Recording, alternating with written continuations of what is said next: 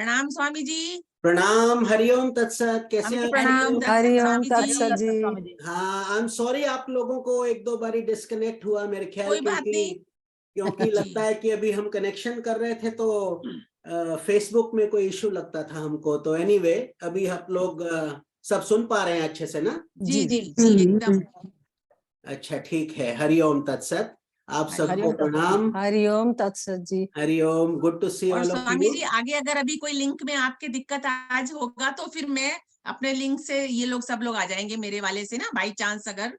अच्छा अच्छा, जी। अगर कभी समस्या रही तो देखेंगे, जी फिर आप हमें भी व्हाट्सएप पे अपना लिंक भेज देना दोबारा से। जी जी जी स्वामी जी। लेकिन hopefully it should be okay. अभी तक तो ओके रेगुलर ठीक से चलता है। जी। हाँ कृष्ण भगवान की दया है ना तो वो चलेगा, पक्का चलेगा हाँ, ना। मेरा आपकी कृपा से सब काम हो रहा है। करते हो तुम तो काम नहीं हो जाता। रहा है। हाँ, नमस्ते दिव्या जी। आप लोग तो बहुत अच्छे साधक हैं। आप सब लोग बहुत समय से हेलो, एकदम तैयार रहते हैं। All of you are there. तो और स्वामी जी इन लोगों की तो एक मीटिंग और थी अभी 1 घंटे पहले, ये करके दोबारा से आई हैं दिल्ली वाले लोग ना, तो ये देखिए अभी कितने 15 महान मिनट लोग पहले ही हैं। खत्म हुई है। अभी 10 अरे, मिनट पहले हाँ। खत्म किया है। आप लोग तो बोनस पॉइंट्स ले रहे हैं ना? कितना सुंदर बात है। अभी तो और सुबह समय भी सुबह का होगा ना अभी भारत में? जी जी इंडिया सुबह मॉर्निंग 7 बजे हाँ, हमारे। अरे अभी ये 7 लोग बज 6 रहे से हैं तो 7 करते जी हैं जी। और फिर 7 से ये करते हैं। अच्छा आज तो 6 बजने में 10 मिनट पे शुरू कर दिया था और अच्छा, खत्म भी बहुत कर दिया था सुंदर। हमने इसीलिए 6 बजे, जल्दी कर 7 दिया। और बजने 10 मिनट 6:50 पे। पे खत्म कर दिया, तो इसीलिए आप कि फिर लोग तो ब्रह्म मुहूर्त में ही उठते हैं। बहुत अच्छी बात है। जी हाँ। बहुत बहुत सुंदर बात है। चलिए, ठीक है। हम फिर अगर सब लोग हैं तो अभी हम शुरू करते हैं, क्योंकि समय का जी फिर अभाव। टाइम हो गया 5:30। जी, सब लोग म्यूट कर लें प्लीज। जी ठीक है। प्रणाम स्वामी जी। प्रणाम, आप सबको बहुत बहुत आशीर्वाद। प्रणाम। सब सब सुखी रहिए, खुश रहिए। और तो चलिए, आज का सत्संग हम 3 ओम के साथ आरंभ करते हैं। ओ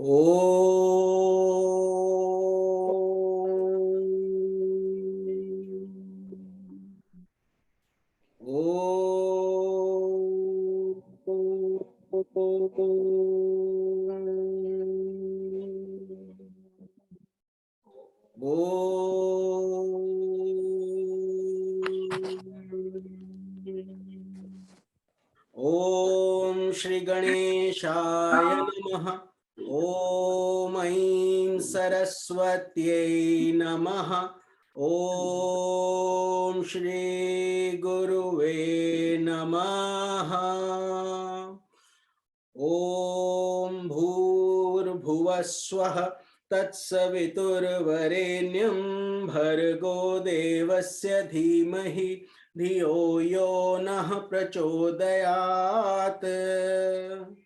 ओम कृष्णाय वासुदेवाय हरे परमात्मने प्रणतक्लेशनाशाय गोविन्दाय नमो नमः।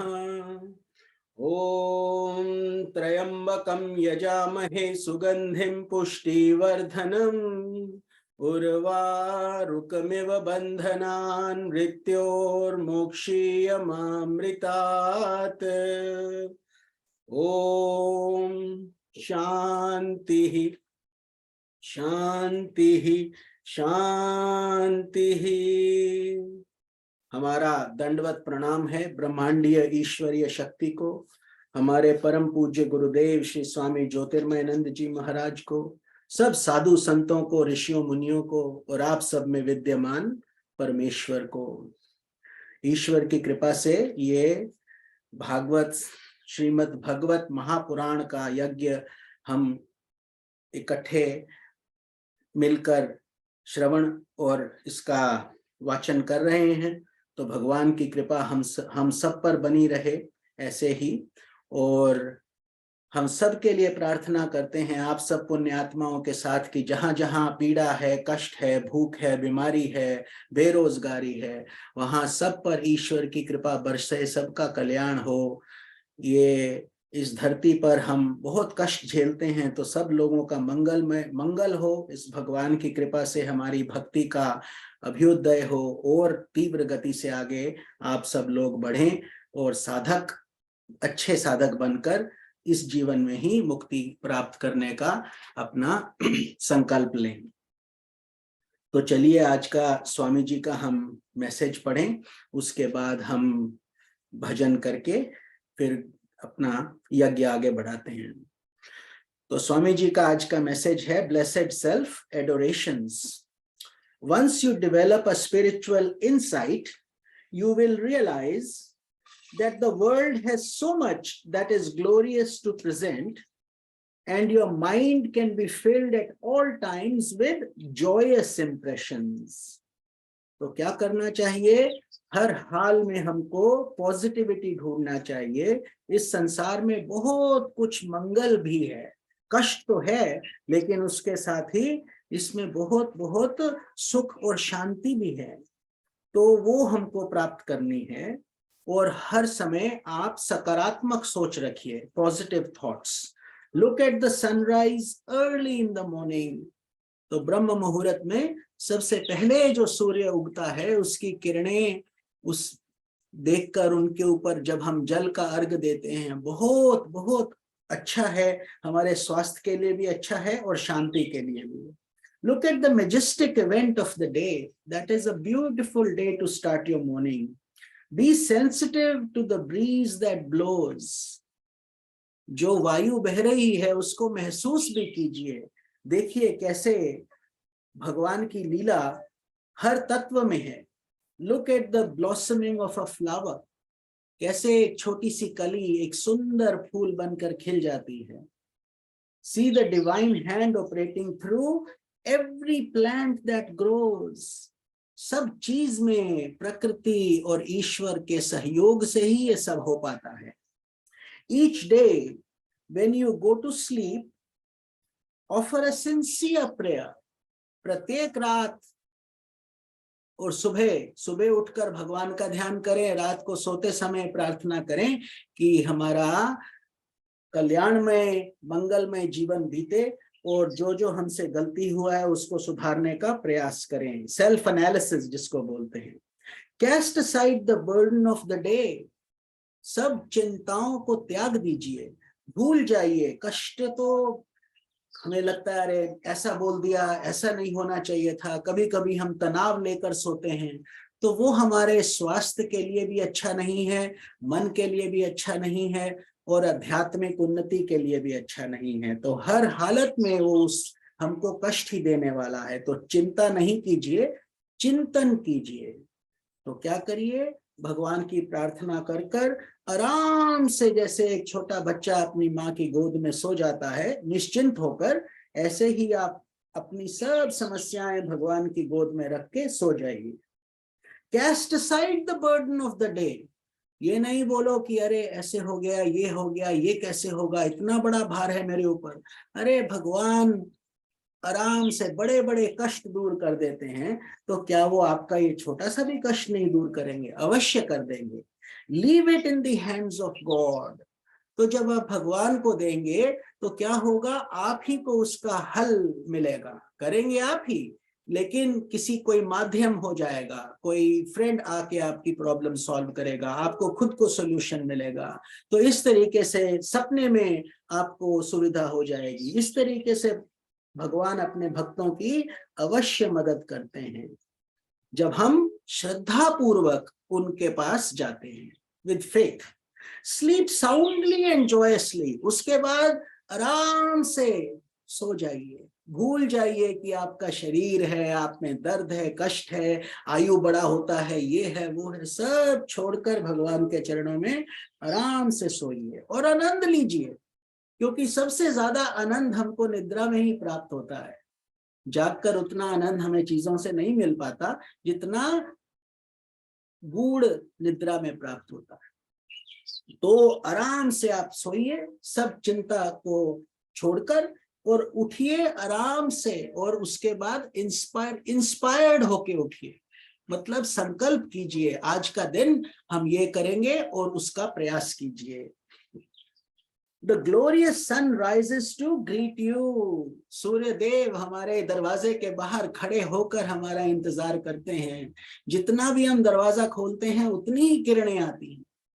जब थोड़ा खुलेगा तो थोड़ी किरण आएगी, पूरा खोल देंगे तो पूरी प्रकाश से हमारा घर भर जाएगा जब हम अपने कर्टन्स को खोल देंगे। ऐसे ही हमें अपने हृदय को भी जो है, जो संकुचित हो गया है समय के साथ साथ, उसको हमें खोलना है। उसकी में जो गांठें पड़ी हुई हैं उसको धीरे धीरे हमें खोलकर प्रभु को समर्पित करना है। सो मे गॉड ब्लेस यू, दाइन स्वामी ज्योतिर्मयानंद। तो बहुत गूढ़ इसका मैसेज है, क्योंकि कभी कभी हम बिना बात के ही चिंता करते हैं, और चिंता चिता समान, ये हम सब जानते ही हैं, उससे कई और रोग बढ़ जाते हैं। So worrying for no reason does not solve any problem, it gives you more stress, high blood pressure, pain, all kinds of problems. तो ये जो हम पढ़ते हैं ये थोड़ा सा अपनी जिंदगी में अमल भी करें, प्रयास करें, और फिर देखें हमारा जीवन धीरे धीरे कैसे सुंदर तरीके से परिवर्तित हो जाता है। अच्छा ठीक, इसके साथ ही हम एक छोटा सा भजन जो हम करते हैं थोड़ा सा करें, और उसके बाद हम अपने सत्संग में जाएंगे। भज गोविंदम भजो रे भाई गोविंदम, भज गोविंदम भजो रे भाई गोविंदम, भज गोविंदम भजो रे भाई गोविंदम, भज गोविंदम भजो रे भाई गोविंदम, बैर विरोध में न शक्ति गवा, निर्मल प्रेम नव जीवन बना, एक एक आगे शीश झुका, एक एक की आशीष तुपा, बैर विरोध में न शक्ति गवा, निर्मल प्रेम नव जीवन बना, एक एक आगे शीश झुका, एक एक की आशीष तुपा, उठ जग अंजलि अखियां खोल, सब है फानी गोविंद बोल, उठ जग अंजलि अखियां खोल, सब है फानी गोविंद बोल, भज गोविंदम भजो रे भाई गोविंदम, भज गोविंदम भजो रे भाई गोविंदम, मानव देह है दुर्लभ प्यारा, सुस्ती में ना गवा सारा, मानव देह है दुर्लभ प्यारा, सुस्ती में ना गवा तू सारा, जो अपने को जान न पाता, मूर्ख चक्र में पिसता जाता, जो अपने को जान न पाता, मूर्ख चक्र में पिसता जाता, उठ जग अंजलि अखियां खोल, सब है फानी गोविंद बोल, भज गोविंदम भजो रे भाई गोविंदम, भज गोविंदम भजो रे भाई गोविंदम। हरि ओम तत्सत। गुरुर्ब्रह्मा गुरुर्विष्णु गुरुर्देवो महेश्वरः, गुरुर्साक्षात् परं ब्रह्म तस्मै श्री गुरुवे नमः।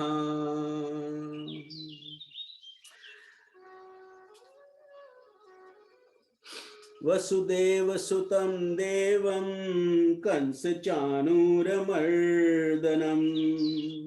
देवकी परमानंदम श्री कृष्णं वंदे जगद्गुरुं श्री कृष्णं वंदे जगद्गुरुं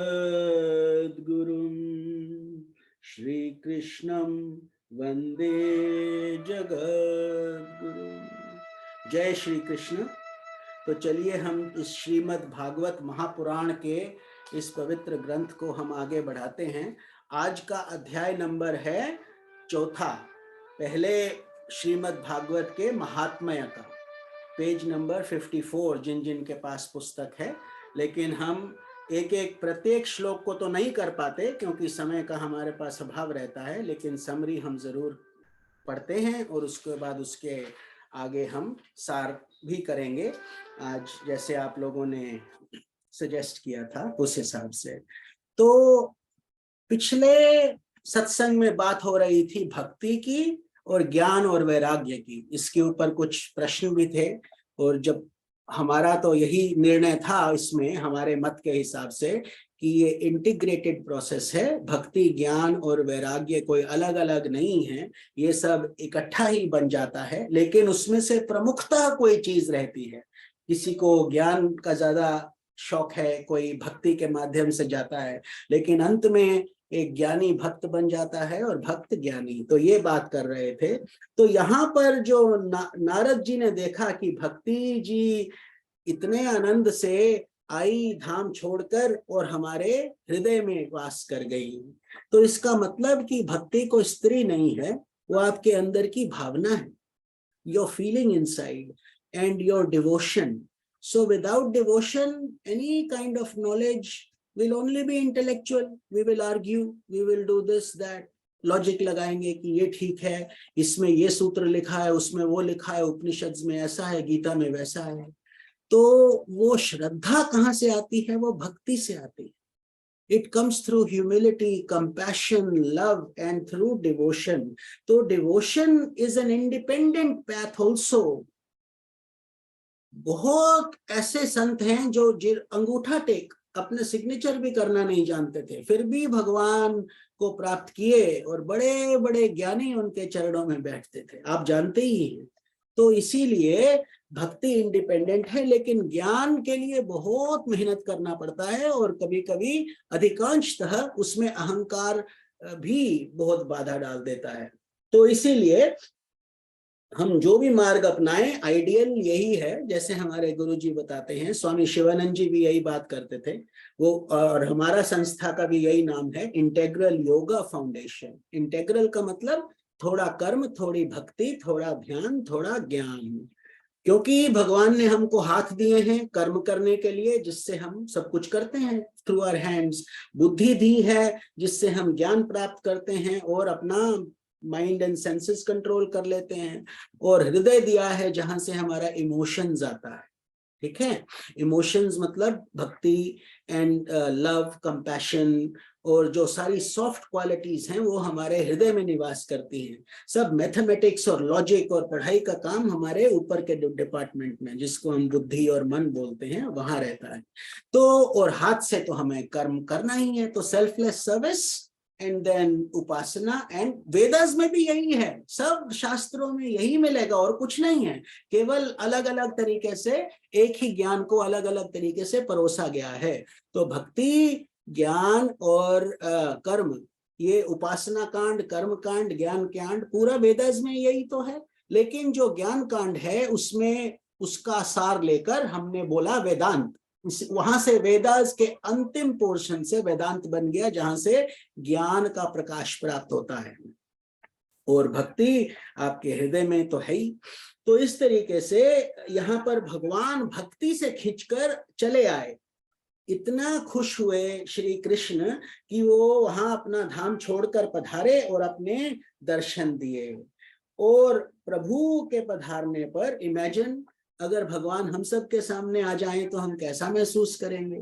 अगर उनका नख भी हमको दिख जाए, नख का एक अंश भी दिख जाए, कैसा महसूस करेंगे? तो इस तरीके से तो भगवान के जो अलग अलग भाव हैं, त्रिभंग ललित भाव से खड़े हुए चित्त को चुराए ले रहे थे सबके। तो उनकी कौस्तुभ मणि, वैजंती माला, सुंदर होंठ, उसके ऊपर सुंदर बांसुरी और उसका आनंद, वो कई करोड़ों कामदेवों को भी पीछे छोड़ रहे थे अपने प्रभाव से। क्यों? क्योंकि वो ब्रह्मांड के निर्माता हैं, तो सुंदर से सुंदर रूप और छोटे से छोटे कण में भी समाना उनके लिए बहुत ही आसान है, और वो वास्तव में हर तरीके से प्राप्त हमारे लिए सुलभ है। जैसे भी हम जिस भावना से उनको पूजेंगे, ताकि जाकी रही भावना जैसी, प्रभु मूरत देखी तिन वैसी, तो उस हिसाब से भगवान हमारे को सुलभ हो जाते हैं। तो जैसे ही प्रकट हुए प्रभु वहां पर, तो नारद जी, सनकादि जी, सब लोग चारों ओर जय हो, और भगवान खुश होकर आनंद लेने लगे। और नारद जी फिर बोलने लगे, बोलते हैं, महाराज ये बड़ी अजीब बात है, आज सप्ताह श्रवण की मैंने ये बड़ी अलौकिक महिमा देखी है। सप्ताह, क्योंकि पूरा सप्ताह भर कौन सुनाए थे? उच्च कोटि के संत, सनत कुमार। किसको? नारद जी को, नारद जी के माध्यम से ये भक्ति, ज्ञान, वैराग्य सबको। तो यहाँ जो बड़े मूर्ख दुष्ट पशु पक्षी हैं, और वे भी अत्यंत निष्पाप हो गए हैं। नारद जी बहुत हैरान हुए कि अरे ये लोग तो ऐसे कैसे। अतः इसमें संदेह नहीं कि कलिकाल में, अर्थात कलयुग में, चित्त की शुद्धि के लिए इस भागवत कथा के समान मर्त्यलोक में पाप पुंज का नाश करने वाला दूसरा कोई पवित्र साधन नहीं है। तो Narad ji was finally convinced, क्योंकि शुरू में तो वो बोल रहे थे कि गीता भी नहीं, इससे भी नहीं, उसमें नहीं, तो ऐसे कैसे होगा। और अब उन्होंने प्रत्यक्ष देखा थ्रू हिज ओन एक्सपीरियंस, तो उन्होंने बोला ये पवित्र करने वाला ग्रंथ है। तो अब ये बात यहाँ पर बताना बहुत जरूरी है आप सब लोगों को, क्योंकि आप सब लोग पढ़े लिखे हैं, तो लॉजिक यूज करेंगे। हम उपनिषद भी पढ़ते हैं, हम गीता भी पढ़ते हैं, तो क्या वो निम्न स्तर के हैं? वो नहीं है। हमने पीछे भी इस बात को पकड़ा था कि जिसको आप बोलते हो प्रस्थान त्रयी, आप में से कुछ लोगों ने नाम सुना होगा, जिसको प्रस्थान त्रयी कहा जाता है, उसमें 3 चीजें आती हैं। एक होते हैं उपनिषद, उपनिषद जो क्रीम ऑफ द क्रॉप, जैसे दूध का जो मक्खन है उसको उपनिषद बोला जाता है, सबसे उत्तम। तो उपनिषद में लेकिन अलग अलग उपनिषद हैं 108, उनमें कहीं कहीं भेद है। कहीं कोई उपनिषद कुछ बोलता है, कुछ दूसरा उपनिषद दूसरे तरीके से कुछ और बोलता है। तो अगर आप बहुत एडवांस्ड नहीं हैं और आपकी साधना बहुत उच्च कोटि की नहीं है, तो उसमें आपको भ्रम हो सकता है कि अरे यहाँ तो ये लिखा है, वहां वो लिखा है। तो उस प्रॉब्लम को दूर करने के लिए वेद व्यास जी ने ब्रह्म सूत्र बनाए। उन्होंने पूरे उपनिषदों में जहां जहां डाउट्स आ सकते थे, देखिए कितना विस्तृत हमारा धर्म है, उसके अंदर कितना गूढ़ तरीके से उसमें एनालिसिस हुआ है, more than a scientist will do. तो उन्होंने पूरा उसमें एक एक डाउट को निकाल के उसका ब्रह्म सूत्र का निर्माण कर दिया कि कथा उपनिषद में ये है तो इस हिसाब से दूसरे उपनिषद में ये है, लेकिन इसका मतलब वही है। They are all pointing to the same direction, but you need an expert to kind of differentiate and also guide you why it is in that context. वो context क्या है, वो केवल हम बुद्धि से नहीं जान पाएंगे, अनुभव से जानेंगे। तो उस माध्यम से ब्रह्म सूत्र। और तीसरा आ जाता है भगवत गीता। लोग इस पे पीएचडी करते हैं, there are courses in Harvard and stuff like that also in religious studies. Prasthana Trayi बोला जाता है। So people just go deep into Upanishads, deep into Bhagavad Gita, but at that level they will get a lot of intellectual knowledge. ठीक है, तो अब ये हम इतना बात कर रहे हैं, नारद जी बोलते हैं यहाँ पर नहीं, यहाँ पर नहीं, यहाँ पर नहीं, तो भागवत में क्यों, श्रीमद् भागवत महापुराण में।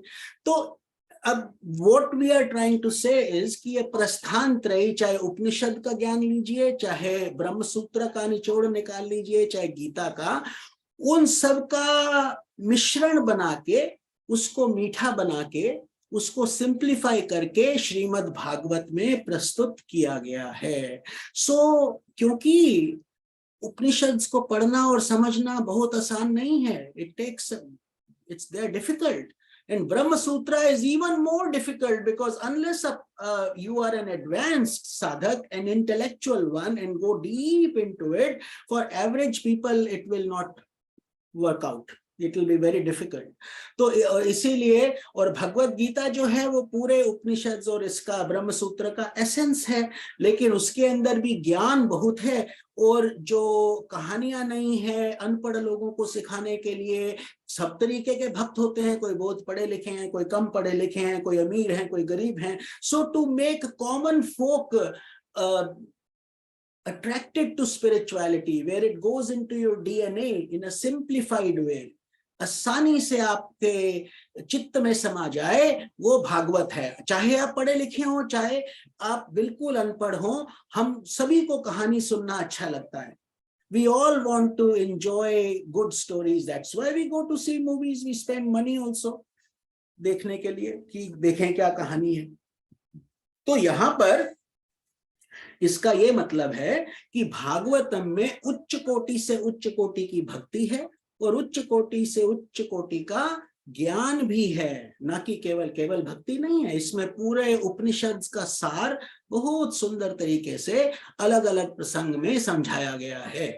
तो इसलिए यहाँ पर ये जो है भागवत कथा, और आपको पीछे बताया भी था वेद व्यास जी के बुढ़ापे की लिखा हुआ ये ग्रंथ है। उन्होंने ही महाभारत लिखी थी, महाभारत में ही भगवत गीता है, और वहीं से ही उन्होंने 18 पुराण जो है वो निकाले थे, और कई चीजें, लेकिन उसमें ही भागवत उनका सबसे प्रिय ग्रंथ इसलिए था कि सब कुछ उन्होंने आसानी से भक्ति के माध्यम से समझाया है।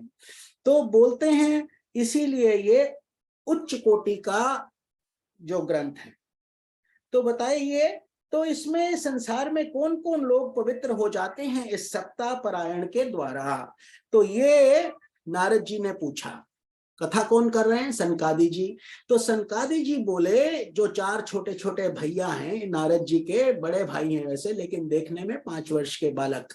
तो बोले, जो लोग सदा तरह तरह के पाप किया करते हैं, निरंतर दुराचार में ही तत्पर रहते हैं, मतलब people who are of the lower category, तामसिक लोग जो हैं, अर्थात जो पाप करते हैं और उल्टे मार्ग पर चलते हैं और काम वासना से पीड़ित रहते हैं, और इस तरीके के निम्न स्तरीय लोग भी सप्ताह यज्ञ से पवित्र हो जाते हैं, when it is done in a proper way and they also attend it in a proper way, तो तब हो जाते हैं। अब इमेजिन कीजिए, जो इतने बुरे बुरे लोग हैं, अगर वो भी सप्ताह पारायण से लाभान्वित हो रहे हैं, अपना मंगल करके अपने पापों को धो रहे हैं, तो आप लोग जो कि भक्त हैं, गीता का ध्यान करते हैं, भजन करते हैं, कीर्तन करते हैं, भगवान से जुड़े हैं, तो आप लोग किस बात की चिंता? कितना सुंदर बात है, कितने जन्मों के आपके पुण्य हैं जो आप ये श्रवण भी कर रहे हैं और इस अच्छे मार्ग पर चल रहे हैं। तो जब भी हम किसी ऐसे एग्जाम्पल्स का डिस्कशन करते हैं, समझना अनिवार्य हो जाता है कि we are very very extremely blessed. फिर आगे बताते हैं सनकादि जी कि जो सत्य युग से च्युत हैं, सत्य नहीं बोलते, झूठ बोलते हैं, माता पिता की निंदा करते हैं और तृष्णा से व्याकुल हैं, आश्रम धर्म में भी नहीं रहते, दंभ है अर्थात अहंकार, क्रोध है, दूसरों की उन्नति देखकर कुड़ते हैं, जेलस फील करते हैं और दूसरों को दुख भी दे देते हैं, वे भी कलयुग में सप्ताह यज्ञ से पवित्र हो जाते हैं। Even they, if they sincerely do it. Now question comes, पवित्र तो होते हैं, लेकिन assuming they don't keep repeating that, ये नहीं है कि फिर बुराई की फिर कथा सुनी, फिर बुराई की फिर कथा, मतलब कान में कुछ भी फर्क नहीं पड़ा, केवल ये सोचा कि पाप धुल गए तो कर लिया। This is not what is meant by these shlokas. What is meant is, जब हम पश्चाताप करके, आंख में आंसू भर के भगवान से क्षमा मांगकर कि प्रभु हमसे ये सब काम हुआ है, हम अब संकल्प लेते हैं, कथा सुनने के बाद हम पूरा प्रयत्न करेंगे कि ऐसी गलती ना हो, फिर हम वो करें, तो वो लोग फिर तरते हैं। अदरवाइज तो बहुत इजी हो जाएगा नहीं, कोई भी पाप करे फिर आके यहाँ आके हाथ धो ले। तो ये जो है कथाएं, और इसीलिए आजकल देखो कितना भागवत का कथा, भारत में तो हर चैनल पे भागवत दिखता है, और उसमें क्या दिखता है, केवल डांस दिखता है या थोड़ा छोटा छोटा बात दिखता है, भागवत कोई पढ़ता ही नहीं, कोई समझाता ही नहीं गूढ़ तरीके से। तो ये संतों से सीखने वाला ग्रंथ है। जब आप कथावाचकों से सुनते हो जो लोग थोड़ा इधर उधर का करे, वो तो बिजनेसेस बन गए हैं, अरे इतना पैसा दो, इतना चंदा दो, ये करो वो करो, स्पॉन्सरशिप करो, वो सब गोल नहीं होना चाहिए। असली संतों के साथ बैठकर इसका ज्ञान पढ़ने, शुरू में जब भागवत बांचा जाता था, it was a 10.5 hour a day exercise. Just think of it for a minute. हम लोग पूरा फुल टाइम वर्क करते हैं, 8 घंटे काम करते हैं और बोलते हैं बहुत थक गए। तो ये पूरा अगर भागवत को जस्टिस करना है in 1 week, then to do all 12 अध्याय, तो ये पहले जो वक्ता होते थे जिनको व्यास गद्दी पर बैठते थे, वो लोग 3.5 पहर बोलते थे। एक पहर होता है 3 hours, सो 10.5 hours तक। और ऐसे जो भी बहुत श्रद्धालु थे उन लोगों को फिर ऐसे भगवान आके दर्शन देते हैं। ऐसे नहीं कि हमने भागवत पढ़ लिया, 45 minutes किया तो बस बहुत अच्छा हो गया। वो अच्छा है कि स्टार्ट है, but we should keep our expectations in alignment with reality also. What are we garbage in, garbage out? What are we putting in and what will come out? उस हिसाब से ये भगवान बता रहे हैं। यहां तक कि मतलब कि हत्यारे, बुरे से बुरा, गीता में भी यही आता है कि तुम चाहे बुरे से बुरे इंसान हो, अगर तुमने संकल्प ले लिया कि अब मैं अपना जीवन संवारूंगा और अच्छे मार्ग पे चलूंगा, तो भगवान तो अति दयालु, वो फिर क्षमा करते हैं और फिर हम अच्छे मार्ग पर चलते हैं। तो यहाँ बताते हैं इस भागवत को सुनने से जिसने मदिरा पान किया हो, ब्रह्म हत्या करी हो, सोने की चोरी, गुरु स्त्री गमन, विश्वासघात, ये सब, और 5 महापाप हैं ये, और फिर छल किया है और निर्दयी है, ब्राह्मणों का धन भी जिसने चुरा लिया है, तो वो कलयुग में सप्ताह यज्ञ से पवित्र हो जाते हैं। Meaning what blessed, how blessed we are all to be devoted and then enjoy this katha rather than be in the other category, isn't it? तो जो दुष्ट आग्रह पूर्वक सर्वदा मन, वाणी या शरीर से पाप करते रहते हैं, दूसरे के धन से ही पुष्ट होते हैं, वे भी कलयुग में इसी से पवित्र हो जाते हैं। क्योंकि प्रश्न क्या था, नारद जी का प्रश्न था, how big a deal is this Bhagavad? Why is it so sanctified? Why is it so much better? And this is why the explanation is being given by Sankadi ji कि देखो ये क्योंकि इसमें पूरा ब्रह्मांड समाया हुआ है। बाकी हम स्क्रिप्चर पढ़ेंगे तो एक उपनिषद पढ़ेंगे, एक चीज पढ़ेंगे, इसमें भक्ति भी है, ज्ञान भी है, वैराग्य भी है। और कई लोगों का ये प्रश्न भी था कि वैराग्य कैसे आता है। ऐसा ही आएगा धीरे धीरे धीरे, जब हम ये पढ़ेंगे। गदा परिन्याय हमारे गुरु जी बोलते हैं कि बार बार हथौड़ी पे कील लगे, कील के ऊपर हम हथौड़ा मारते हैं, एंड में एक बार और मारते हैं, to make sure that the nail is firmly in. ऐसे ही हम लोग ये रेपिटेशन करके हमारे अंदर ये गुण धीरे धीरे विकसित होंगे। तो इसमें रश करने की आवश्यकता नहीं है और आनंद लेने की आवश्यकता है। जैसे आप रसगुल्ला खाते हैं, कितने आनंद से खाते हैं, धीरे धीरे कैंडी चूसते हैं धीरे धीरे। ऐसे ही ये जो है जो भागवत का ग्रंथ है, इसको आनंद के साथ श्रवण कीजिए और बाकी कल्याण धीरे धीरे होगा ही। तो नारद जी फिर अब कहते हैं, अब हम तुम्हें इस विषय में एक प्राचीन इतिहास सुनाते हैं। कौन बोले? सनत कुमार जी नारद जी को बोले, जिसके सुनने से सब पाप नष्ट हो जाते हैं। तो अब यहाँ पर ये गोकर्ण उपाख्यान आरंभ होता है।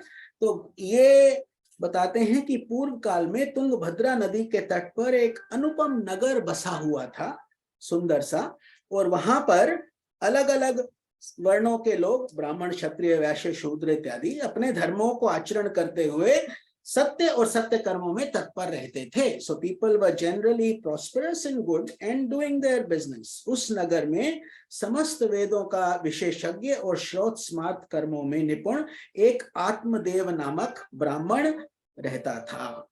उसका नाम क्या था? आत्मदेव, आत्मा का देवता, और ऊपर से ब्राह्मण था, मतलब कि वेद पुराण इत्यादि जानता था। वे साक्षात दूसरे सूर्य के समान तेजस्वी था, तो बहुत प्रकाशमान। वह धनी होने पर भी भिक्षाजीवी था। So he had enough money but still he was following the Brahmana rules कि 5 घर से अपना ध्यान करो और भिक्षा के नियम से अपना जीवन बिताओ। उसकी प्यारी पत्नी धुंधुली, उसका नाम क्या था? धुंधुली, अजीब नाम है, बट वो कुलीन एवं सुंदरी होने पर भी सदा अपनी बात पर अड़ जाने वाली थी। होता ही है, सबका अलग अलग स्वभाव है। इसकी बीवी का स्वभाव था कि सुंदर तो थी और अमीर भी थी, क्योंकि वो ब्राह्मण भी धनी था, लेकिन सुंदर होने पर भी जिद्दी थी, अर्थात जो बोल दिया अब मेरी ही बात सही है। उसे लोगों की बात करने में सुख मिलता था। लोगों की बात मतलब, तुमने ये सुना उसके घर में क्या हुआ, यहाँ क्या हुआ, उसके साथ क्या हुआ, इसका क्या चल रहा, तो इस तरीके से वो बात करती थी। स्वभाव था क्रूर, ऊपर से थोड़ी क्रूअल नेचर की थी। प्राय कुछ ना कुछ बकवाद करती रहती थी। She would just waste her time, an empty mind devil's workshop, isn't it? यही तो बोलते हैं, अगर हमारा मन हमारा भक्ति में नहीं लगा तो कहाँ लगेगा? बेकार की बातों में लगेगा, संसार की बातों में पॉलिटिक्स में, इधर उधर, यही सब। तो उसका भी यही ऐसा ही कुछ था। गृह कार्य में निपुण थी, कृपण थी और थी झगड़ालू भी, तो झगड़ा भी करने में काफी एक्सपर्ट थी। इस प्रकार ब्राह्मण दंपति प्रेम से अपने घर में रहते और विहार करते थे, अपना जिंदगी बिता रहे थे। तो उनके पास अर्थ और भोग विलास की सामग्री बहुत थी, भगवान की कृपा थी, तो धन इत्यादि की कमी नहीं थी और वस्तुएं भी थी, घर द्वार भी सुंदर थे, परंतु उन्हें सुख नहीं था। अच्छा भाई, सुख क्यों नहीं था? जब अवस्था बहुत ढल गई तो उन्होंने संतान के लिए तरह तरह के पुण्य कर्म आरंभ किए और वे दीन दुखियों को अलग अलग चीजें देने लगे। क्यों? क्योंकि उनके पुत्र बच्चे नहीं थे, तो they were just husband and wife, और बच्चे नहीं थे। तो अब राजा ये जो है आत्मदेव जी, ये चाहते थे कि हमारा पुत्र हो। उस समय तो बहुत ही होता था कि एक संतान हो, संतान में भी पुत्र ज्यादा श्रेष्ठ माना जाता था। तो गौ, पृथ्वी, सुवर्ण और वस्त्र आदि दान करते गए, क्योंकि बोला था दान करो, दान करने से बहुत अच्छा भाग्य खुलता है और तुम्हारा काम बनेगा। इस प्रकार धर्म मार्ग में उन्होंने अपना आधा धन समाप्त कर दिया, पैसा देकर इधर उधर। तब भी उन्हें पुत्र या पुत्री किसी का भी मुख देखने को नहीं मिला, कुछ नहीं हुआ, प्रेगनेंसी होता ही नहीं था। इसलिए अब वो ब्राह्मण बहुत ही चिंतातुर रहने लगा। आत्मदेव की बात हो रही है। He started getting very disturbed. एक दिन वो ब्राह्मण देवता बहुत दुखी होकर घर से निकलकर वन को चला गया। तो दोपहर के समय प्यास लगी थी, इसलिए वह एक तालाब के पास आ गया। अब संतान के अभाव में दुख ने उसके शरीर को बहुत सुखा दिया था, बेचारा कमजोर प्यासा, इसलिए थक जाने के कारण जल पीकर उदास होकर वहीं बैठ गया। अब 2 घड़ी बीतने पर वहां पर एक सन्यासी महात्मा आए। अब ब्राह्मण देवता ने देखा कि वे जल पी चुके हैं, तो उनके पास जाकर नमस्ते करके बहुत लंबी लंबी सांसें लेने लगा कि दुखी है। अब सन्यासी ने पूछा फिर कि देखा कि ये दुखी रूप से खड़ा है। बोला, कहो ब्राह्मण देवता, रोते क्यों हो? ऐसे तुम्हें क्या भारी चिंता पड़ गई है? तुम जल्दी ही मुझे अपने दुख का कारण बताओ। अब ब्राह्मण देवता बोले, महाराज, मैं अपने पूर्व जन्म के पापों से संचित दुख का क्या वर्णन करूं? इसीलिए बोलते हैं पिछले जन्म के पाप हैं, जो मुझे इतना धन वगैरह होने के बाद भी बच्चा नहीं है। अब मेरे पितृ मेरे द्वारा दी हुई जलांजलि के जल को अपनी चिंता जनित सांसों से कुछ गर्म करके पीते हैं, अर्थात सोचते हैं कि इसका वंश अब आगे कैसे चलेगा, हमें जल का तर्पण कौन करेगा, इस तरीके से। तो देवता और ब्राह्मण मेरा दिया हुआ प्रसन्न मन से स्वीकार नहीं करते। ब्राह्मण अपने आप को इंफीरियोरिटी कॉम्प्लेक्स के मारे परेशान है, अब अपने आप को ब्लेम कर रहा है। संतान के लिए मैं इतना दुखी हो गया हूं कि मुझे सब सूना ही सूना दिखाई देता है। बोले मैं प्राण त्यागने के लिए यहां आया हूं, अर्थात मैं आत्महत्या करना चाहता हूं। अब सोचो, इतना पैसा धन सब कुछ है, लेकिन फिर भी इंसान ऐसी स्थिति में आ गया। संतानहीन जीवन को धिक्कार है, संतानहीन ग्रह को धिक्कार है। अपने आप को बोल रहा है। संतानहीन धन को धिक्कार है और संतानहीन कुल को भी धिक्कार है, ऐसे सोच रहा है। मैं जिस गाय को पालता हूं वह भी सर्वथा बांझ हो जाती है, जो पेड़ लगाता हूं उस पर भी फूल फल नहीं लगते। See how the mind goes, once you start getting negative, everything starts feeling negative. You blame yourself, you blame the flowers, you blame this, that. तो मेरे घर में जो फल आता है वह भी जल्दी सड़ जाता है, बोलता है। अब मैं ऐसा अभागा और पुत्रहीन हूं, तब फिर भी इस जीवन को ही रखकर मुझे करना क्या है? So now his mind is becoming destructive. बोलता है मेरे को जीवन से क्या लेना देना। यूं कहकर वह ब्राह्मण दुख से व्याकुल हो उस सन्यासी महात्मा के पास फूट फूट कर रोने लगा कि महात्मन आप कुछ कीजिए, आप तो सन्यासी हैं। तब उस यतिवर के हृदय में बड़ी करुणा उत्पन्न हुई। जो सन्यासी थे वे योगनिष्ठ थे। उन्होंने उसकी ललाट की रेखाएं देखकर सारा वृतांत जान लिया और फिर विस्तार पूर्वक कहने लगे। जो बड़े संत हैं, ऋषि मुनि हैं, यही तो बात है, वो देख के फिर बता सकते हैं क्योंकि अनुभव है। बोले सन्यासी, ब्राह्मण देवता, इस प्रजापति का प्राप्ति का मोह त्याग दो। ये बच्चा, ये संतान, ये इसका मोह तुम त्याग दो, क्योंकि कर्म की गति बड़ी प्रबल है। Action and reaction. What we have sowed, we have to, what we have sown, we have to reap. There is no other way. तो गति कर्म की अपनी है। विवेक का आश्रय लेकर संसार की वासना छोड़ दो। अब बोले ये सन्यासी कि देखो बुद्धि से काम लो। तो विप्रवर सुनो, मैंने इस समय तुम्हारा प्रारब्ध देखकर निश्चय किया है कि 7 जन्म तक तुम्हारे कोई संतान किसी प्रकार नहीं हो सकती। ये जन्म तो भूल जाओ, अगले 7 जन्मों तक तुम्हारी संतान नहीं होगी, नहीं हो सकती। क्यों? क्योंकि तुम्हारी कर्म की गति ही ऐसी है, पिछले कर्म ऐसे हैं कि नहीं हो सकता। पूर्व काल में राजा सगर, फिर आगे उन्होंने सांत्वना भी दी, बताया उनको, किसको? आत्मदेव जी को, कि पूर्व काल में राजा सगर एवं अंग को संतान के कारण दुख भोगना पड़ा था, बहुत दुख भोगना। अंग के राजा हुए थे, राजा अंग के बेटे वेन, राजा वेन बहुत क्रूर प्रवृत्ति के थे। तो इस तरीके से वो बोलते हैं उनको बहुत दुख हुआ था। और राजा चित्रकेतु भी एक थे जिनको बहुत संतान की इच्छा थी और वो भी बहुत बहुत बाद में दुख झेले थे। तो ऐसे ही इन्होंने बोला कि देखो तुम भी कुटुंबी की आशा छोड़ दो, संन्यास में ही सब प्रकार का सुख है। जब तुम त्याग देते हो तो आनंद ही आनंद है, मोह को छोड़ दिया तो क्या बचा। लेकिन ब्राह्मण कहाँ मानने वाला है। बोला महात्मा जी विवेक से मेरा क्या होगा, क्योंकि जब भूख लगी हो उस समय कोई सत्संग सुनाने लग जाए तो आप उसको बिल्कुल नहीं सुन पाएंगे, क्योंकि पेट में भूख है, केवल भोजन ही सत्संग है उस समय। ऐसे ही आत्मदेव के क्या इच्छा हो रही है कि बच्चा ही मिले। अब सन्यासी जो उसको अच्छा ज्ञान दे रहे हैं वो उसको समझ में नहीं आ रहा है।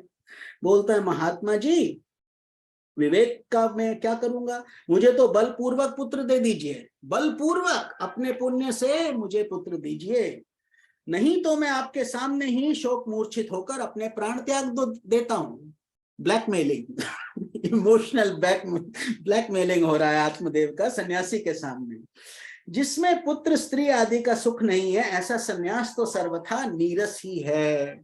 अब सोचिए, दृष्टि की बात है। एक सब कुछ छोड़कर सुख में और आनंद की लहरें ले रहे हैं, दूसरा सब कुछ रखकर भी दुखी है और सन्यासी को बेवकूफ समझ रहा है अपने तरीके से कि ये तो नीरस जीवन है, इसको ये मेरे को क्या ज्ञान दे रहे हैं कि तुम सन्यास ले लो।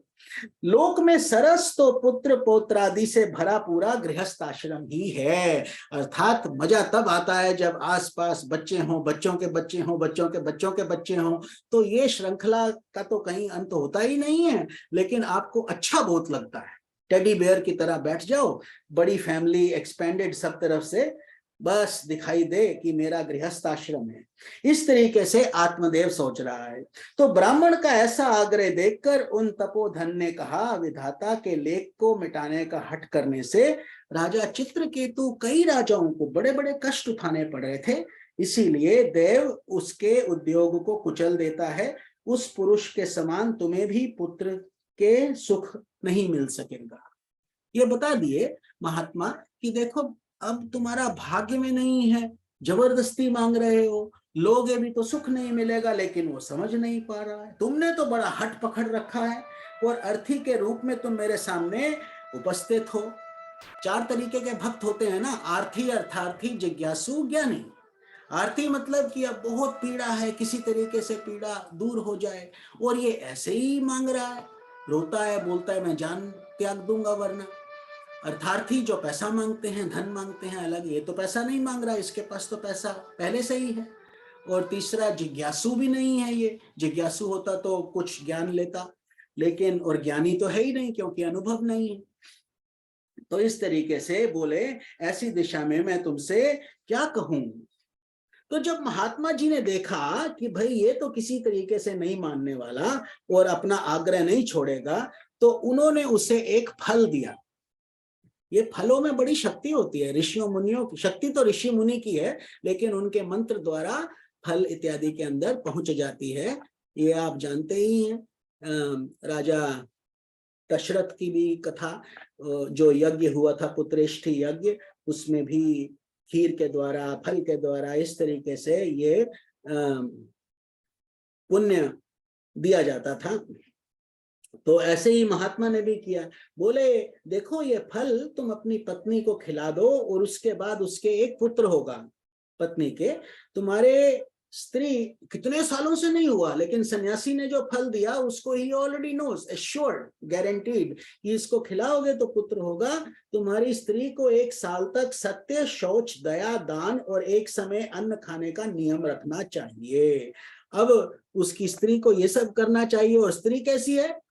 टेढ़ी, झगड़ालू, क्रूर, देखने में सुंदर, लेकिन अलग अलग उसकी हैबिट्स, तो वो सब ये कैसे करेगी? वो बोलते हैं 1 साल तक सत्य बोलो, उसको चुगली की आदत है, शौच, स्वच्छता, स्वच्छ रहो, दया करो, दान करो, इस तरीके से यदि वे ऐसा करेगी तो बालक बहुत शुद्ध स्वभाव वाला होगा। तो अब यहाँ पर सन्यासी ने ये भी कंडीशनली बता दिया, suppose she can do this for 1 year, तो ये अच्छे अच्छे रिजल्ट्स निकलेंगे, एक अच्छा बालक बन जाएगा, लेकिन नहीं करेगा तो बहुत क्रूर स्वभाव वाला और बहुत दुख देने वाला होगा। तो यूं कहकर वे योगी राज चले गए और ब्राह्मण अपने घर लौट आया। वहां आकर उसने वह फल अपनी स्त्री के हाथ में दिया और स्वयं कहीं चला गया, है ना, कि अच्छा बहुत अच्छी प्रसाद मिला है सन्यासी से। तो वह स्त्री तो कुटिल स्वभाव की थी ही। स्त्री, अब उसकी पत्नी, रो रो कर अपनी सखी से कहने लगी, मुझे तो बड़ी चिंता हो रही है कि मैं ये तो फल नहीं खाऊंगी, क्योंकि अब वो उसकी एज थोड़ी बढ़ चुकी थी और वो वरीड भी थी, और अपना उसको इच्छा नहीं थी कि बच्चे बच्चे हों।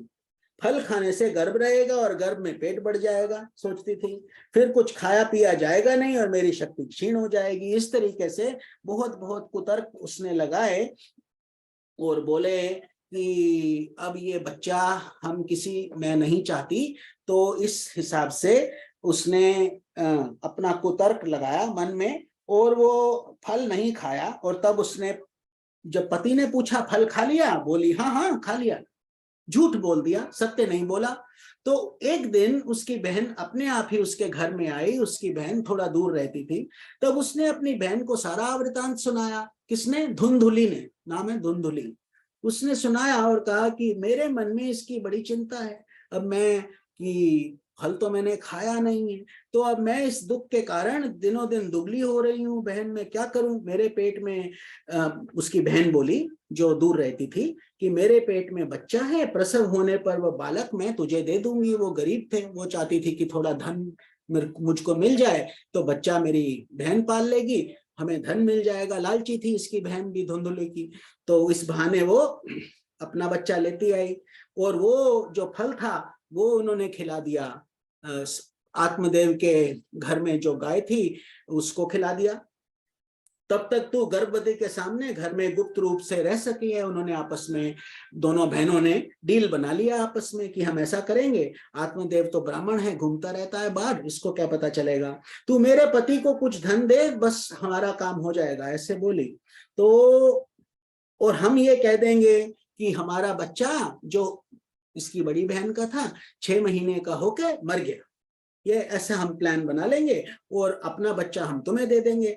ऐसा क्लेवर प्लान बन गया। तो मैं नित्य प्रति मेरे घर आकर उस बालक का पालन पोषण करती रहूंगी। आई विल कम बिकॉज तो बच्चा तो चाहिए आत्मदेव को। तो इस समय इसकी जांच करने के लिए ये फल गौ को खिला दे, उसने सजेस्ट किया और गौ को खिला दिया और ऐसा ही हुआ। इसके पश्चात जब स्त्री के पुत्र हुआ तब उसने, पिता ने चुपचाप लाकर उसे धुंधली को दे दिया, क्योंकि पहले ही आपस में तो बात हो चुका था और पैसा भी मिल गया उसको। उसने आत्मदेव को सूचना दे दी कि मेरे सुखपूर्वक बालक हो गया है। और इस प्रकार आत्मदेव के पुत्र हुआ सुनकर सब लोगों को बड़ा आनंद हुआ। अरे भाई, ब्राह्मण के बच्चा हो गया, शाबाश, ये तो इतनी देर से परेशान था, अब हो गया। इस प्रकार ब्राह्मण ने उसका जात्म कर्म संस्कार किया, ब्राह्मणों को दान दिया और गाना बजाए, मांगलिक कृत्य होने लगे। बहुत खुश हो गया क्योंकि आत्महत्या करने को तैयार था बच्चे के बिना, बच्चा हो गया तो इतना खुश। धुंधली ने उस अपने पति से कहा कि देखो, मेरे स्तनों में तो दूध नहीं है और फिर गौ आदि किसी अन्य जीव के दूध से ये बच्चा नहीं पलने वाला। मैं इसको चाहती हूँ कि मेरी बहन जिसके बच्चा हुआ है उसके स्तनों में दूध है, तो वो आके मेरे बच्चे का पालन पोषण कर ले। तो उसका बच्चा अभी मर गया है 6 महीने पहले। तो आत्मदेव बेचारा सीधा था, बोला हाँ ठीक, उसको बुला लो ताकि हमारा बच्चे का पोषण हो। तो उसकी के लिए धुंधली ने उसका नाम क्या रख दिया बच्चे का जो आया, धुंधुकारी। तो धुंधुली और बेटा धुंधुकारी और उनका पिता आत्मदेव। और उधर जो गौ के बच्चा हुआ था 3 महीने पर, वो भी एक कैसे हुआ, मनुष्याकार बच्चा हुआ, मनुष्य के समान, मनुष्य की तरह दिखने वाला बच्चा। क्योंकि फल किसने खाया, गाय ने, फल इंसान ने तो खाया ही नहीं। और गाय कितनी पवित्र होती है, 33 करोड़ देवी देवता उसके अंदर वास करते हैं, हर तरीके से गौ माता की पूजा भी होती है। तो वैसे ही पवित्र, उसके ऊपर से तो सत्य, अच्छा अच्छा करने वाली, ऊपर से संत का दिया हुआ आशीर्वाद, वो स्वर्गांग सुंदर, दिव्य, निर्मल और सुवर्ण की सी कांति वाला था। इतना सुंदर बच्चा। तो उसे देखकर ब्राह्मण देवता को बड़ा आनंद हुआ और स्वयं ही उसने उसके संस्कार भी किए गौ माता के बेटे गोकर्ण के। तो इस समाचार से सब लोगों को भी बड़ा आश्चर्य हुआ, बालक को देखने आए, अरे ये गाय का बच्चा मनुष्य के रूप में कैसे, तथा आपस में कहने लगे, देखो भाई, ये आत्मदेव पहले इतना परेशान रहता था, अब देखो इसका कितना भाग खुल गया है। ये कितने आश्चर्य की बात है कि गौ, इसके अब एक ही नहीं, दो उत्पत्ति हुई है, एक अपना बेटा और दूसरा गौ का भी इतना सुंदर। देव योग से इस गुप्त रहस्य का किसी को भी पता नहीं चला कि पीछे की घटना क्या है, कि कैसे सन्यासी ने बताया था, ये सब तो लोगों को तो नहीं पता ना। आत्मदेव ने उस बालक के गौ के से कान देखकर उसका नाम गौकर्ण रखा। कर्ण का मतलब होता है कान, गौ तो आप जानते ही हैं, तो गौकर्ण उसका नाम गाय के बेटे का। कुछ काल बीतने पर वे दोनों बालक जवान हो गए। उनमें गोकर्ण तो बड़ा पंडित और ज्ञानी हुआ, क्योंकि संस्कार अच्छे थे और समझदार था, किंतु धुंधुकारी बड़ा ही दुष्ट निकला। जैसे सन्यासी ने बोला था, अगर तुम ये नहीं करोगे, वो नहीं करोगे तो गड़बड़ तो होगा, और वो ऊपर से और गलत गलत चालाकी से उसको निकाले थे दूसरी बहन के बच्चे से। तो स्नान शौचादि ब्राह्मणोचित आचारों का उसमें नाम भी ना था और खान पीन का भी कोई परहेज नहीं करता था। बहुत गलत इंसान उसमें हैबिट्स थी उस बच्चे में, क्योंकि दुष्ट प्रवृत्ति का था, तामसिक। तो क्रोध में ही बड़ा चढ़ा रहता था, बुरी बुरी वस्तुओं का संग्रह करता था और छिपके लोगों के रात को घर में आग लगा देता था, छोटे बच्चों को कुएं में फेंक देता था। इस तरीके का दुष्ट इंसान था वो बच्चा, हर तरीके से डेंजरस एंड बैड। तो हिंसा का उसे व्यसन था, ही एंजॉयड वायलेंस, हर समय अस्त्र शस्त्र धारण किए रहता था, बेचारे अंधे और दीन दुखियों को व्यर्थ में तंग कर देता था। अब और चंडाल इत्यादि उनके पास घूमता था रात को, भंगियों के पास और गलत मलत लोगों के पास, गुंडों के पास और वैश्याओं के पास भी जाता था। उनके जाल में फंसकर उसने अपने पिता की सारी संपत्ति नष्ट कर दिया। वैश्याएं क्या करेंगी, वो तो तुम्हारा धन के पीछे भागती हैं, तो वो चोरी कर करके धन ले जाता था अपने बाप का। तो एक दिन माता पिता को पीट पीट कर घर के सब बर्तन भांडे उठाकर ले गया। तो अपने माता पिता को दुष्ट मारता भी था, child elder abuse. So all these things were happening through this bad soul. इस प्रकार जब सारी संपत्ति स्वाहा हो गई तो उसका पिता, कृपण पिता, अब बेचारा पिता भी गरीब हो गया, सब धन धुन बेकार हो गया। अब वो फूट फूट कर रोने लगा और बोला, इससे तो इसका माँ का बांझ रहना ही अच्छा था। वही तो सन्यासी बोला था। तो उस समय क्यों नहीं समझ आया? क्योंकि अनुभव नहीं था। समझ गए? अनुभव जब करो तब समझ आता है कि दूसरे की पीड़ा कितनी है। हमको छोटा सा कांटा भी लगता है तो हमारी दुनिया हिलती है, कहीं कुछ भी हो जाए हम टीवी में देखकर चैनल चेंज कर देते हैं। तो ये फर्क था। तो जब उसको ये समझ आया तो वो कुपुत्र तो बड़ा ही दुखदाई होता है, क्योंकि रोज कष्ट झेलता था बेचारा, कर्म ही ऐसा था। अब मैं कहाँ रहूं, कहाँ जाऊं, मेरे संकट को कौन काटेगा, मेरे ऊपर कितनी बड़ी समस्या आ गई है। अब देखो, जो नसीब में नहीं था उसको जबरदस्ती मांगा गया, तो अब और मुसीबत पड़ गई। उस समय परम ज्ञानी गोकर्ण जी वहां आए और उन्होंने पिता को वैराग्य का उपदेश देते हुए बहुत समझाया। गोकर्ण जी, देखो बच्चे भी कभी कभी गुरु के रूप धारण कर लेते हैं। गोकर्ण, क्योंकि आत्मा की कोई आयु नहीं होती है। आत्मा, ये सनत कुमार छोटे छोटे ही बच्चे दिखते हैं, लेकिन बहुत बहुत अनुभवी, बहुत बड़े संत हैं। और कभी कभी छोटे आत्माएं, वो बहुत पहुंची हुई आत्माएं हमारे पुत्र के रूप में भी आ जाती है, जैसे गोकर्ण थे यहाँ पर। तो उन्होंने अपने पिता को बताया कि पिताजी, ये संसार असार है, इस संसार में सार कुछ नहीं है, ये अत्यंत दुख रूप और मोह में डालने वाला है। पुत्र किसका, धन किसका, देखो ये सबकी स्थिति पर निर्भर करता है। कुछ लोग बहुत सुखी हैं, धन भी है, घर भी है, बच्चे भी सुखी हैं, सब कुछ खुशी है, तो उसके लिए आनंद है। लेकिन अंत में क्या है, अंत में फाइनल एनालिसिस क्या है कि देह धरे का दंड है, हर काहू को होए, ज्ञानी भुगते ज्ञान से और मूर्ख भुगते रोए। ये मतलब देह जो हमको प्राप्त हुई है, इसमें हमें बहुत अभिमान करने की कोई बात नहीं है, चाहे हम यंग हैं, चाहे बड़े हैं, चाहे पढ़े लिखे हैं, चाहे गरीब हैं, क्योंकि हैं हम सब चॉपिंग ब्लॉक्स के ऊपर ही। आज नहीं तो कल हम सबको यहाँ छोड़ के जाना है, और हम सबको ये मालूम है, और हम सब उस बात को बरी करते रहते हैं in our subconscious, we don't want to think about it. इसीलिए साधु संत जो बोलते हैं, जितना इसका हम जब हम पढ़ेंगे, शायद कहीं वैराग्य की किरण फूट पड़े। और वो अपने आप नहीं आती है, वो भगवान की कृपा से आती है। और जब हम ये देखते रहेंगे कि हाँ, क्योंकि वैराग वास्तव में रस तो है नहीं, तो आनंद आप लीजिए, चीजें रखिए, पैसा रखिए, जग का कल्याण कीजिए, अपना कल्याण कीजिए। Money is not a bad thing, it's a comforts are not bad, they are all good, but you have to understand यहाँ पर कि देखो कितना कितना दुख है लोगों को। सडनली लोग बैठे हुए थे, पुतिन ने वार चला दिया। अब यूक्रेन में कितने लोगों का, कभी बॉम्ब फट रहा है, कोई कुछ हो रहा है, कुछ हो रहा है, जीवन दूभर हो गया। बेचारों ने क्या गलती किया था भाई? अब इसी को बोलते हैं कर्म का गति। वे बोले, पिताजी ये संसार असार है, मोह में डाल देगा। पुत्र किसका, धन किसका, स्नेहवान पुत्र रात दिन दीपक के समान जलता रहता है। स्नेहवान पुरुष जो बहुत ज्यादा मोह में फंसते हैं, वो कष्ट ही झेलते हैं। सुख ना तो इंद्र को है और ना चक्रवर्ती राजा को। देखो कितना बड़ा बात, इंद्र का सुख हम लोगों से बिलियंस ऑफ टाइम्स मल्टीप्लाइड, क्योंकि वो देवता देव योनि में है, उन्हें कुछ हम लोगों से तो कितना मल्टीप्लाइड है उन लोगों का सुख इत्यादि। फिर भी वो सुखी नहीं है, ना राजा सुखी हैं। सुख तो है केवल विरक्त एकांत जीवी मुनि, जिसने सब इच्छाओं को त्याग दिया है और जो केवल अपनी आत्मा को पहचान चुका है वही सुखी है। बाकी सब तो क्षण भर के लिए सुखी प्रतीत होते हैं, वास्तविक सुख नहीं। तो ये मेरा पुत्र है, इस अज्ञान को छोड़ दीजिए। कौन ज्ञान दे रहा है? बेटा। तो गुरु कौन बन गया? बेटा। गुरु बेटा है, पिता शिष्य है।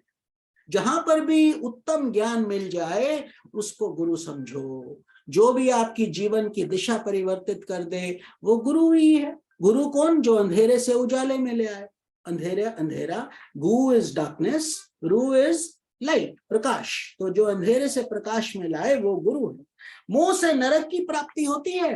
अपने पिता को बोल रहे हैं देखो मोह नहीं करो। और यही बात विदुर जी ने भी कही थी महाभारत में। किसको? धृतराष्ट्र को। कौरव मरने के बाद भी वो महल नहीं छोड़ रहे थे, वहीं बैठे थे। वो महाराज ऐसा करो, अब तो भगवान से जुड़ो। कब कब करोगे? ये शरीर तो नष्ट होगा ही, इसीलिए सब कुछ छोड़कर वन में चले जाइए। ये जो 4 आश्रम रहा करते थे जिनको बोलते थे ब्रह्मचर्य, गृहस्थ, वानप्रस्थ, सन्यास, इसीलिए ये व्यवस्था की गई थी कि वानप्रस्थ मतलब सोशल सर्विस। अब 50 क्रॉस कर गए, सफेद बाल हो गए, कान में सुनना थोड़ा कम हो गया, आंख में दिखना कम हो गया, तो ये भगवान की वार्निंग शॉट्स ही तो है कि देखो वार्निंग वार्निंग वार्निंग। हम क्या करते हैं? बेटर ग्लासेस लगा लेते हैं, बेटर डेंटिस्ट के पास चले जाते हैं, बेटर स्किन का ट्रीटमेंट करा लेते हैं, but eventually we are ageing and eventually all these treatments will one day fail. That will be our last day. तो ये जो है वर्ण आश्रम इत्यादि, ये बहुत सुंदर व्यवस्था के हिसाब से बनाए गए थे। तो ये उसको ज्ञान दे रहे हैं कि गोकर्ण के वचन सुनकर आत्मदेव के मन में वन को जाने को तैयार हुआ। अब वो गुरु की बात सुनने को तैयार हुआ आत्मदेव। बेटा वन में रहकर मुझे क्या करना चाहिए, मुझे विस्तार पूर्वक कहो। अब ज्ञान मांगते हैं। जैसे अर्जुन बोले कृष्ण को, भगवान मुझे ज्ञान दीजिए, मैं आपका शिष्य बनता हूं, मैं बड़ा मूर्ख हूं, अब तक कर्मवश स्नेह के पाश में बंधा हुआ अपंग की भांति इस घर रूप अंधेरे के कुएं में ही पड़ा हुआ था। तुम बड़े दयालु हो, मेरा उद्धार करो। देखो बेटा पैदा हुआ संत के आशीर्वाद से और कितना कल्याण कर रहा है अपने पिता का। बोला गोकर्ण, पिताजी ये शरीर हड्डी मांस और रुधिर का पिंड है, इसे आप मैं मानना छोड़ दें, अर्थात अहंकार छोड़ दें। वो नहीं करिए, बॉडी आइडेंटिफिकेशन जिसको हम लोग अंग्रेजी में बोलते हैं, ये नहीं करिए। और स्त्री पुत्र आदि को अपना कभी ना माने, ये ज्ञान है। अब हम जितना भी कथा पढ़ेंगे, धीरे धीरे वापस कथा खत्म होगा, हम सोचेंगे अच्छा चलो आज सत्संग खत्म हुआ, फिर वही हम अपने उसमें चले जाएंगे वृत्ति में। क्योंकि ये ऐसा ही है, ह्यूमन माया का जाल ऐसा ही है।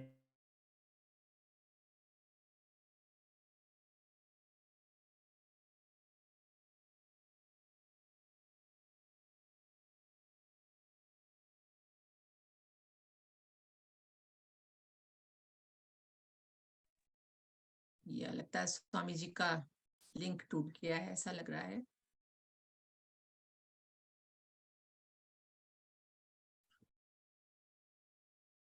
दोबारा करें फिर स्वामी जी, लिंक ना दोबारा दें।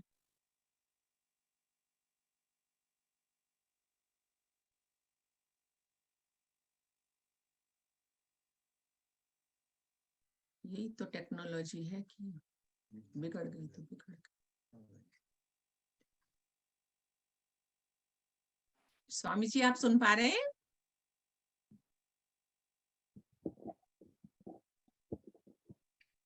उनको मैसेज जी मैं फोन ही कर देती हूँ ना। हाँ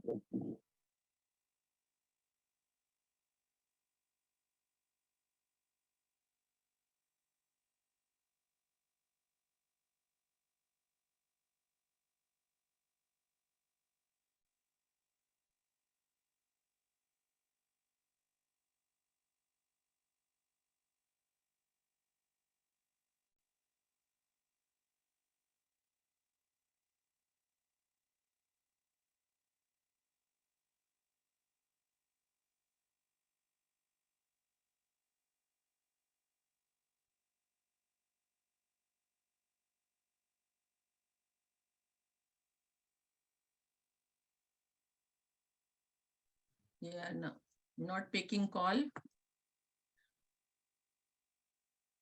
मे बी वाईफाई कुछ गड़बड़ हुआ उनके घर का ना, तो वाईफाई से फिर फोन भी नहीं चलेगा मुझे लगता है। चलेगा? I can try and text him. मैं हाँ। text करता हूँ। जी, आप कर रहे हैं डॉक्टर साहब टेक्स्ट? आप